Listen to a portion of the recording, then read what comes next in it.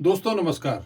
अपनी गणना अपने गांव अभियान के भाग 3 के साथ मैं जोत सिंह बिष्ट आपके सामने फिर उपस्थित हूं और अपने पिछले एपिसोड में जैसा मैंने आपसे निवेदन किया था कि भारत सरकार द्वारा जो जनसंख्या आधारित बजट दिया जाता है, जनगणना में अगर हम अपने गांव में गणना कराएंगे तो अगले 10 साल तक हमारे गांव के विकास में हमारी जनसंख्या का बजट मिलेगा। लेकिन उसके अलावा जो दूसरी महत्वपूर्ण बात है कि उत्तराखंड राज्य का निर्माण के पीछे मूल भावना थी कि उत्तर प्रदेश से अलग पर्वतीय राज्य बना करके हमारे क्षेत्र का विकास, और उसके लिए बहुत जरूरी है कि हमारे क्षेत्र का प्रतिनिधित्व बचा रहे। 1971 की जनसंख्या पर जब पहला परिसीमन हुआ तो पहाड़ के जो 9 जिले थे उनको मिली 36 सीटें और जो मैदान के 4 जिले थे उनको मिली 34 सीटें। उसके बाद जो दूसरा 2001 की जनसंख्या पर परिसीमन हुआ उसमें पहाड़ की 6 सीटें घट करके पहाड़ में रह गई 30 सीटें और मैदान में हो गई 40 सीटें।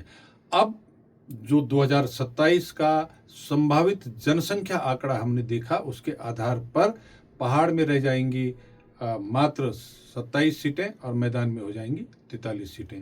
तो अगर हम चाहते हैं कि पहाड़ की विधानसभा सीटें घटें, पहाड़ का प्रतिनिधित्व कमजोर हो, तो फिर हमको अपने अपने प्रवास पर रहकर वहीं जनगणना करा देनी चाहिए। और अगर हम चाहते हैं कि पहाड़ का प्रतिनिधित्व बचे, पहाड़ में घटने के बजाय विधानसभा सीटों की संख्या बढ़े, हमारे नेतृत्व क्षमता का विकास हो, तो फिर हमको चाहे हम दिल्ली रहें, बंबई रहें, पंजाब रहें, हरियाणा रहें, उत्तर प्रदेश में रहें और देहरादून में रहें, हल्द्वानी में रहें, किसी शहर में रहें, जनगणना के लिए फरवरी 2027 में 8 से 28 फरवरी के बीच अपने गांव जाकर के पूरे परिवार के साथ, चाहे वो एक दिन का बच्चा हो, अपनी गणना अपने गांव में करानी चाहिए। और जो मैंने आपको विधानसभा का आंकड़ा बताया, जो हमने बजट का आंकड़ा बताया, अगले एपिसोड में उसमें और विस्तृत जानकारी दूंगा, पलायन पर भी दूंगा। तो आज की बातचीत में इतना ही। आप सबका धन्यवाद। जय हिंद, जय उत्तराखंड।